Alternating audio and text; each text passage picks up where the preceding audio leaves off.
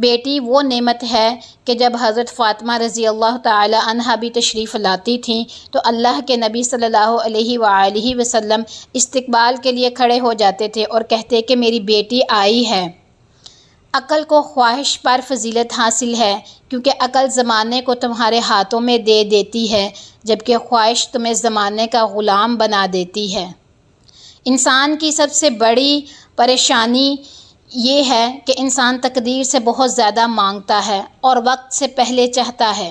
بسم اللہ الرحمن الرحیم۔ السلام علیکم ویورز، آج کی ویڈیو ایک حقیقت پر مبنی ایسی کہانی بیان کرے گی جو آج بھی کسی حد تک پوری اترتی ہے۔ بہت سے لوگ امیر، غریب اور اچھے خاصے پڑھے لکھے ہونے کے باوجود ان لوگوں میں یہ سوچ پائی جاتی ہے کہ وہ بیٹیوں کے پیدا ہونے پر کچھ اچھا محسوس نہیں کرتے اور وہ خوشی محسوس نہیں کرتے، اور وہ یہ سمجھتے ہیں کہ بیٹیاں جو ہیں وہ ہمارے رزق اور خیر و برکت ختم کر دیتی ہیں اور بیٹیاں ہمارے لیے معاشرے میں ذلت و رسوائی کا باعث بنتی ہیں۔ حالانکہ اللہ تعالیٰ نے بیٹیوں کے لیے لفظ رحمت چنا ہے، اور اگر ہم بیٹیوں کی اچھی تربیت کریں گے تو وہ اچھی تربیت کریں گے، ان کے معاملات کو اچھی طرح سے سولو کریں گے، کبھی بھی بیٹیاں آپ کے لیے زحمت کا سبب نہیں بنیں گی۔ اس ویڈیو میں آپ سے شیئر کر رہی ہوں ایک ایسے بادشاہ کی کہانی جو بادشاہ ہو کے معلومات اپنے پاس رکھنے کے باوجود بیٹیوں سے نفرت کرتا تھا، اور وہ نفرت کی اس حد تک پہنچ گیا کہ اس نے کیا کیا اقدام اٹھائے اپنی بیٹی کو نقصان پہنچانے کے لیے۔ اگر آپ میرے چینل پر نئے آئے ہیں تو پلیز چینل کو سبسکرائب کر لیجیے گا، ویڈیو کو لائک اور شیئر کرنا مت بھولیے گا، کمنٹس کر کے ضرور بتا دیجیے کرے کہ آپ کو ویڈیو کیسی لگی، کیونکہ یہ چیز ہمیں موٹیویٹ کرتی ہے مزید اچھے کنٹینٹ پر ویڈیو بنانے کے لیے۔ لیٹس گو، کرتے ہیں ویڈیو کو سٹارٹ۔ ایک بادشاہ تھا تو بہت مصنف اور عادل، پر اس میں ایک بہت بری عادت تھی۔ اسے بیٹی سے بہت زیادہ شدید نفرت تھی۔ اللہ کی قدرت کہ اس کے ہاں پہلے بیٹا پیدا ہوا۔ اسے اپنا بیٹا بہت عزیز تھا، بہت ناز و نم اور لاڈ و پیار سے اس نے اس کی پرورش کر رہا تھا۔ چند سال بعد ملکہ پھر امید سے ہو گئی۔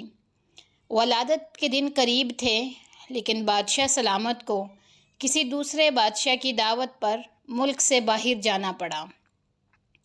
جانے سے پہلے بادشاہ نے ملکہ کو حکم دیا کہ میں کہیں باہر جا رہا ہوں، اگر میرے آنے سے پہلے ولادت ہوئی، لڑکا ہوا تو ٹھیک، لیکن اگر لڑکی ہوئی تو اسے ہلاک کر دینا۔ بادشاہ یہ کہہ کر چلا گیا۔ چند ہفتے بعد اس کے ہاں لڑکی کی ولادت ہوئی۔ اولاد ماں کو بہت پیاری ہوتی ہے۔ ملکہ کو جب پتہ چلا کہ اس نے ایک بیٹی کو جنم دیا تو وہ رونے لگی۔ اے اللہ، اب میں کیا کروں؟ ولادت کے وقت ایک دائی موجود تھی جو ملکہ کی حالت ذات کو دیکھ رہی تھی۔ اللہ نے اس کے دل میں رحم پیدا کیا۔ اس نے ملکہ سے کہا، اے ملکہ، آپ دل چھوٹا مت کیجیے، میں یہاں سب کے سامنے بچی کو ہلاک کرنے کے بہانے لے جاؤں گی، پر میں یہاں سے اپنے گھر میں لے جا کر پالوں گی، اور میں اس کی کوشش کروں گی کہ اچھی پرورش کروں۔ اگر آپ کسی طرح سے بچی کے لیے خرچہ وغیرہ بیچتی رہیے گا تو آپ کی بچی خوشحال اور اسودہ ہوگی، وگرنہ مجھ غریب کو جو میرے نصیب میں ہے، میں اسے بھی پالنے کی پوری کوشش کروں گی۔ ملکہ نے کہا، کچھ سونا، چاندی، زیور وغیرہ بچی کے واسطے تھما دیے، اور ملکہ نے کہا، ٹھیک ہے، آپ بچی کو لے کے جا سکتی ہیں۔ بچی کو اس کے حوالے کیا۔ محل میں یہ بات پھیلائی گئی تھی کہ دائی نے بچی کو لے جا کر ہلاک کر دیا، جبکہ دائی نے شہزادی کو اپنے گھر لا کر پورے ناز و نم سے اس کی پرورش شروع کر دی۔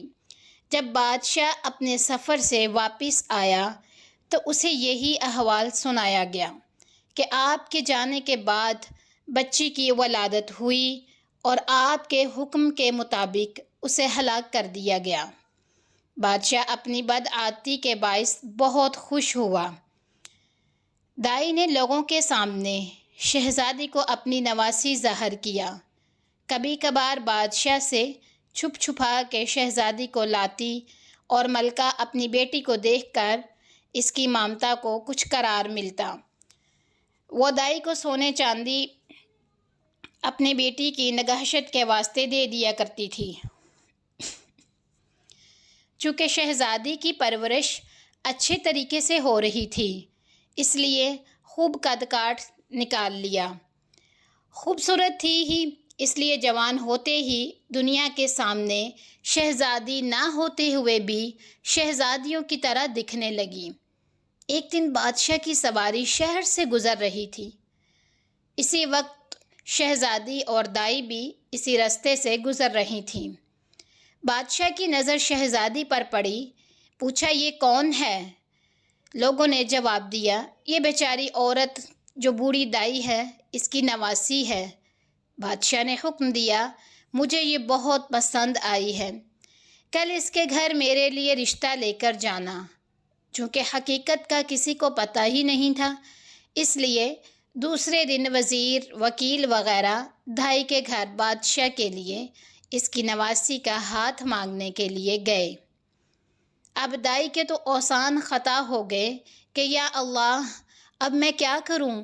اس نے صاف انکار کرتے ہوئے کہا میں ایک غریب ہوں، میں نواسی بادشاہ کی، میری نواسی بادشاہ کے لائق نہیں، اور نہ ہی بادشاہ کسی غریب رشتے کے ساتھ رشتہ دار سے رشتہ جوڑے گا، اور یہ اس کے لیے رشتہ جوڑنا بھی صحیح نہیں ہے بادشاہ کے لیے، کیونکہ وہ تو وقت کے بادشاہ ہیں، اسی لیے دوبارہ اس سلسلے میں میرے گھر مت آئیے گا۔ بادشاہ خود تو نہیں آیا، لیکن دائی کے گھر رشتے کے لیے بہت بندے بھیجے۔ سب نے دائی کو بہت منت سماج کی، دائی کی بہت زیادہ منتیں کی، لالچ دیے، دھمکیاں بھی دی بالآخر، لیکن دائی ٹس سے مس نہیں ہوئی۔ تب بادشاہ نے حکم دیا کہ دائی کو پکڑ کر خوب سزا دے دو تاکہ وہ رشتے کے لیے مان جائے۔ سپاہی دائی کو پکڑ کر بادشاہ کے سامنے لائے اور انہوں نے اسے خوب مار مار کے بری طرح پیٹنا شروع کر دیا۔ سپاہیوں نے دائی کو کپڑے کی طرح نچوڑ کے رکھ دیا۔ بیچاری پہلے ہی 2 ہڈیوں پر تھی، کمزور تھی، اتنی مار برداشت نہ کر سکی اور بادشاہ کے سامنے چیخ پڑی، اے بادشاہ سلامت، یہ کوئی اور نہیں ہے بلکہ آپ کی اپنی بیٹی ہے، میں اسے ہلاک کرنے کی بجائے لے جا کر اپنے گھر میں اس کی پرورش کر رہی تھی اور اب یہ اس طرح جوان ہو گئی ہے۔ بادشاہ کو احساس ہوا کہ وہ کیا غلطی کرنے جا رہا تھا۔ خدا نے اسے گناہ عظیم سے بچا لیا اور وہ زیادہ غصے میں آ گیا۔ اپنے بیٹے یعنی شہزادے کو بلا کر حکم دیا کہ اپنی بہن کو جنگل میں لے جا کر قتل کر دیں اور اس کی آنکھیں نکال کر اور گردن کا خون لا کر مجھے دکھا دے تاکہ مجھے یقین ہو جائے کہ میری بیٹی کو ہلاک کر دیا گیا ہے۔ شہزادہ پریشان ہوا کہ وہ کیسے اپنے ہاتھوں سے اپنی بہن کو قتل کرے، اس کی آنکھیں کیسے نکالے، اس کے گردن کا خون لا کر وہ کیسے اپنے باپ کے سامنے رکھ دے۔ اسے کسی صورت یہ گوارا نہ تھا، اگرچہ اسے اپنی بہن کے متعلق بہت معلوم ہوا، لیکن اسے پتہ تھا کہ بادشاہ ہر صورت اپنی بیٹی کو ہلاک کرنا چاہتا ہے۔ اگر اس نے اسے قتل نہیں کیا تو بادشاہ دونوں کو ہلاک کر دے گا۔ مجبور ہو کر اپنی بہن کو ساتھ لے کر جنگل کی طرف چل پڑا۔ جب دونوں جنگل پہنچ گئے تو بھائی کی محبت بہن کے لیے جوش میں آ گئی۔ بہن سے کہا میں کسی صورت تمہیں اپنے ہاتھوں سے قتل نہیں کر سکتا، میں تمہیں یہاں چھوڑے دیتا ہوں، آگے تمہاری قسمت کہ تمہیں درندے کھا جائیں یا تم بچ کر کہیں اور نکل جاؤ۔ لیکن بہن نے بھائی کا ہاتھ پکڑ کر کہا نہیں نہیں بھیا، تم مجھے قتل کر دو، میری آنکھیں اور خون لے جا کر باپ کو دکھا دو، نہیں تو وہ تمہیں مار دے گا، جو مجھے کسی صورت بھی گوارا نہیں۔ دونوں بھائی بہن ایک دوسرے کے گلے لگ کر رو پڑے۔ آخر کسی طرح بھائی نے بہن کو منا لیا۔ شہزادی آنسو بہاتے ہوئے گھنے جنگل کی طرف جانے لگی۔ آخری بار جب شہزادی نے پلٹ کر بھائی کو دیکھا اور جنگل میں گھس گئی، اس کے بعد شہزادہ ادھر ادھر اسے ڈھونڈ کر ایک ہرن کا شکار کیا۔ اس کے گردن کا خون اور آنکھیں نکال کر لے جا کر بادشاہ کو دکھا دیں۔ بادشاہ نے آئینہ منگوایا، اس میں ان آنکھوں کو اور اپنی آنکھوں کو غور سے دیکھا۔ جب اس کو یقین ہو گیا کہ یہ آنکھوں کا رنگ ایک ہی ہے، تب اسے تسلی ہوئی۔ ملکہ کسی طور شہزادے کو بلا کر اس سے بیٹی کے متعلق پوچھنا چاہتی تھی۔ ملکہ چاہتی تھی کہ کسی نہ کسی طرح میں اپنے بیٹے کو بلا کر بیٹی کے احوال تو پوچھوں۔ شہزادہ نے ماں کے سامنے سارے احوال گوش کر دیے۔ ملکہ نے منہ آسمان کی طرف کر کے ہاتھ اوپر اٹھائے اور بیٹی کے لیے دعا مانگی کہ اے اللہ، تو میری بیٹی کی حفاظت کر، اسے اپنے امان میں رکھ اور اسے کسی اچھی جگہ پار لگا۔ اب آگے شہزادی کا قصہ سنیے۔ شہزادی جنگل میں رہنے لگی اور بھوک مٹانے کے لیے جنگلی پھل پھول بوٹے کھا کر اپنا وقت گزارنے لگی۔ اس دوران بہت سا وقت گزر گیا۔ جھاڑیوں کانٹوں سے الجھ کر اس کے بوسیدہ کپڑے تار تار ہو گئے۔ آخر کار اس کے بدن پر کوئی کپڑا نہ رہا۔ ایک دن کسی اور ملک کا بادشاہ اپنے لاؤ لشکر کے ساتھ اسی جنگل کے راستے سے گزر رہا تھا۔ اتفاقاً بادشاہ اسی طرف جا نکلا جدھر شہزادی تھی۔ جب شہزادی کی کانوں میں کسی گھوڑے کے قدموں کی آہٹ پڑی تو جلدی جلدی کسی گھنے درخت پہ چڑھ گئی اور اس کے بڑے بڑے پتے توڑ کر اپنے ستر پوشی کر کے چھپ کے بیٹھ گئی۔ بادشاہ بھی آ کے اسی درخت کے نیچے ٹھہر گیا۔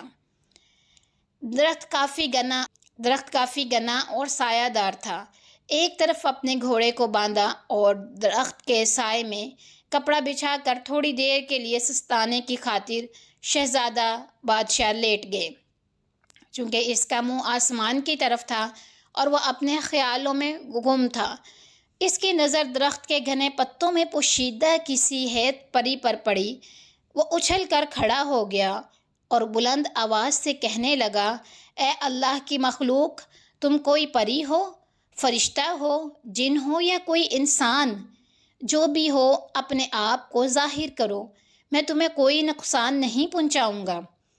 شہزادی نے پکار کر کہا، اے مسافر، میں ایک لاچار لڑکی ہوں، میرے جسم پر کپڑے کے نام پر کچھ بھی نہیں ہے۔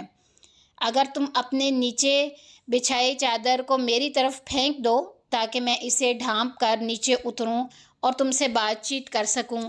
بادشاہ نے نیچے بچھائے ہوئے کپڑے کو اٹھایا، اس کا گول سا بنا کر اس کی طرف پھینک دیا، گیند کی طرح گول کپڑے کو کر کے اس کی طرف پھینک دیا۔ شہزادی نے اس کپڑے سے اپنے جسم کو خوب اچھی طرح ڈھانپ لیا اور کسی نہ کسی طریقے سے درخت سے اتر گئی۔ جب بادشاہ نے شہزادی کو دیکھا تو اس کے حواس گم ہو گئے۔ اس پورے ملک میں کوئی اتنی خوبصورت لڑکی نہیں تھی۔ پورے دل و جان سے شہزادی پر فرفتہ ہو گیا۔ جٹ شہزادی سے کہا، میں ایک بادشاہ ہوں، اگر تم برا نہ مانو تو میں تم سے شادی کر کے تمہیں اپنی ملکہ بنانا چاہتا ہوں۔ اندھا کیا چاہے دو آنکھیں، شہزادی نے حامی بھری۔ وہ بھی ایک ایسا بندہ چاہتی تھی جو اسے عزت دے۔ بادشاہ خوشی خوشی شہزادی کو لے کر اپنے ملک روانہ ہو گیا۔ اپنے ملک پہنچتے ہی بادشاہ پہلے وزیر کے گھر جا پہنچا اور اس سے کہا، ایسا سمجھو کہ یہ تمہاری بیٹی ہے، میں کل رشتہ مانگنے آؤں گا اور شادی بیاہ رچا کر اپنی امانت یہاں سے اپنے محل لے جاؤں گا۔ وزیر نے ادب بجا کر کہا، بادشاہ سلامت، آپ پوری طرح سے تسلی رکھیے، یہ آپ کی امانت ہے اور میری بیٹی، جب آپ کا دل چاہے اسے بیاہ کر لے جائیے گا۔ بادشاہ شہزادی کو وزیر کے گھر چھوڑ آیا۔ اگلے دن وکیل قاضی بادشاہ کا رشتہ لے کر وزیر کے گھر پہنچے۔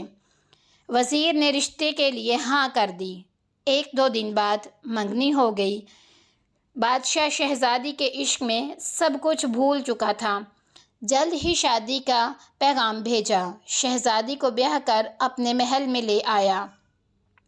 بادشاہ اور شہزادی اپنی شادی سے بہت زیادہ خوش تھے۔ اللہ کی قدرت کا کرشمہ تو دیکھیں، ایک بادشاہ جو باپ ہونے پر شرمندگی محسوس کر رہا تھا، اللہ نے دوسرے بادشاہ کو سرتاج بنا دیا۔